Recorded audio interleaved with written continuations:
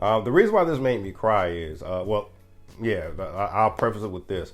There are maybe like a handful of job titles to where you have no other choice really but to put your full trust in certain positions, in terms of occupation.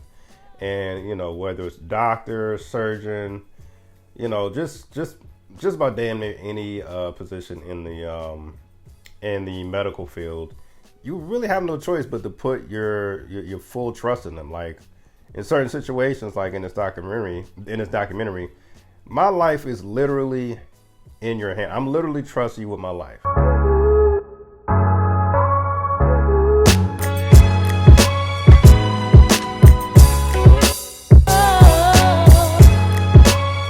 Hey, what's going on, folks? Another episode of Ryan Reviews Everything. And for those who aren't familiar with it, there is an extremely interesting documentary that just dropped a couple of days ago called, I want to say, Love Under the Knife. Bad Surgeon, Love Under the Knife. And I gotta say, man, I can't remember the last documentary that made me cry. Like this had my eyes watering, teared up like a punk. I'm gonna give you straight up honesty. For those who aren't familiar with it, Bad Surgeon is about, it covers a corrupt surgeon by the name of Paolo, I'm gonna say Macchiarini. I hope I'm saying that name correctly. But anyway, Paolo was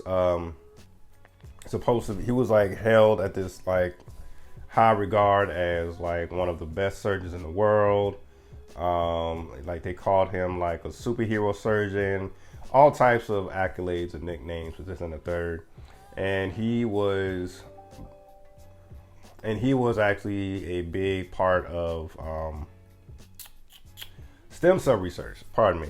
So he was an advocate for stem cell research, and his claim to fame was he was trying to, he was known to put like man-made organs into his patients in order to save their lives for, during surgery. So that's what it's about. And clearly, if you know the title, if you hear the title Bad Surgeon, Love Under the Knife, you want to know where they go from here. The reason why this made me cry is, I'll preface it with this.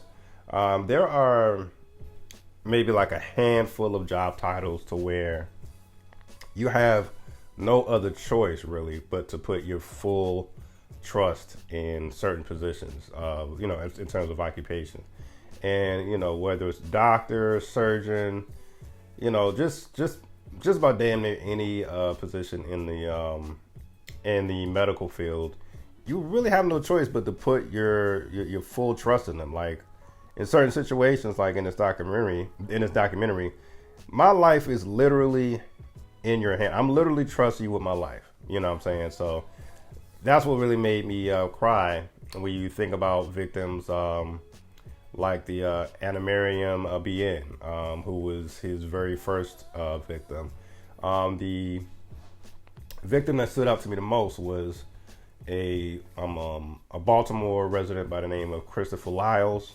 And I think that one hurt me the most because, the documentary actually was able to find his sister and mother, who both, just interviewed about, their take on the entire situation with their brother.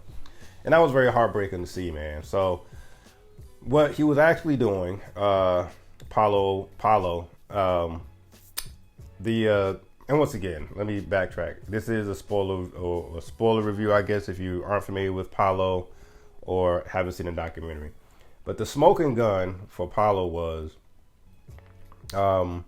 he never did any extensive testing on animals first.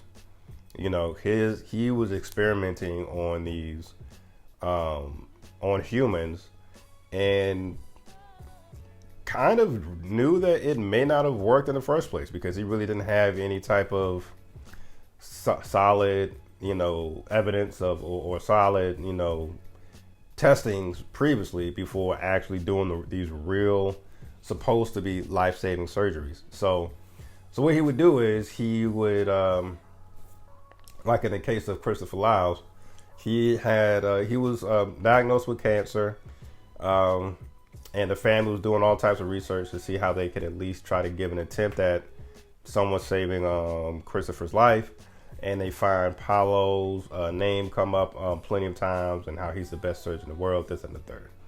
So Paolo agrees to do the surgery, and what he's essentially doing is he's claiming that these man-made organs, it was windpipes that he was trying to do. Christopher had a growth on his windpipe, for example, and so he had these man-made windpipe things or whatever, and he claimed that like there's like stem cells that are covering these pipes, and he's going to put this plastic tube in Christopher and his other patients. He had a total of like 8 patients throughout this stem cell trial that he was doing. So he's putting a plastic tube, surgically inserting a plastic tube inside of his patient's chest that was supposed to serve as replaceable windpipes. These man-made windpipes were supposed to have some type of stem cells on them, which should somehow help the process and help somebody live. After surgery is done, right there on the spot, you're still alive. A few days later, these victims were feeling worse than whatever they initially were suffering from, and they ended up dying due to the surgery. Really. So that's what this is about. And the reason why it's called Love Under the Knife, he apparently, he was juggling different women on top of that. So not only was he a bad surgeon, he was on some heartbreaking stuff too. Like the woman is in the documentary as well. I want to name her. Her name is Benita. First name escapes me, but I think her last name is Benita.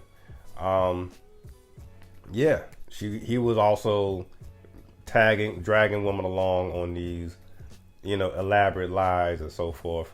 At one point, he told the woman who actually did a documentary on him, on a separate occasion, told him that the Pope is going to marry them.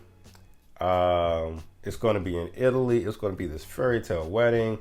He even went as far as to invite Christopher's sister and mother to this elaborate Pope wedding. All of it was a lie. All of it was bullshit. Like, this guy was just BS on all of it, So yeah, man, it's definitely an interesting watch. But I will say this: I do feel like the overall highlight of this documentary to me is to show how much of a joke the justice system can be, and how much of a joke certain roles of leadership has. I believe it's called the Karinska. Whatever the leadership team is at Karinska, and I might be saying it wrong, but Karinska is supposed to be like the most expensive, hands down, best hospital in the entire world. And the leadership team, once they were informed that Paolo never did any animal testing, and he kind of falsified his animal testing so he could skip to just trying this stem cell stuff on humans, the leadership team basically looked the other way. They claimed that there was no fault in Paolo's testings at all. And I felt like they felt, it doesn't make it right, but I feel like they may have felt obligated to have Paolo's back, because otherwise it extremely looks negligent on the leadership teams at this particular hospital. So I feel like their hands were tied, and they felt like they were doing what was best in their interest and not the interest of these victims and the victims' families. Which would have been firing him immediately, or at least suspending him. And another thing that makes it a joke, one of the guys who, was a huge part of calling him out, actually was breaking it down and was like, yeah, he just got suspended for 2 years and he still has his license. He could do this practice again whenever his suspension is done, which is extremely sad and depressing when you think about it. And in terms of the justice part of it, the most that happened to him was he served 2.5 years. He served 2.5 years after 7 out of his 8 victims died from this experimental surgery that he was pretending was legit, and 2.5 years in jail. And that actually came after he was found not guilty for 2 of the 3 victims in a previous trial that happened. So they had to try him again, and after trying him again, he only got 2.5 years. So it was it's extremely upsetting on a lot of levels. So I will give you that warning. So love it or hate it, that's my review. Peace.